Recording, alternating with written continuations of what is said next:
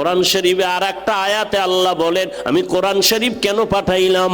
আল্লাহ ভিন্ন আয়াতে বলেন, শাহরু রমাদান আল্লাযী উনজিলা ফীহিল কুরআন হুদাল লিন্নাস ওয়া বাইয়িনাতিম মিনাল হুদা ওয়াল ফুরকান। আল্লাহ এখানে বলে আমি কোরআন কেন দিলাম? আল্লাহ বলেন গোটা দুনিয়ার মানুষের হেদায়েতের জন্য। ওখানে গেল কি? মুত্তাকিনদের হেদায়েতের জন্য। এখানে বলা হলো দুনিয়ার সব মানুষের হেদায়েতের জন্য। আল্লাহ কোরআন কেন দিলেন? আর এক আয়াতে আল্লাহ বলেন, ওয়ানুনাজ্জিলু মিনাল কুরআনি মা হুয়া শিফাউন ওয়া রাহমাতুল লিল মুমিনিন।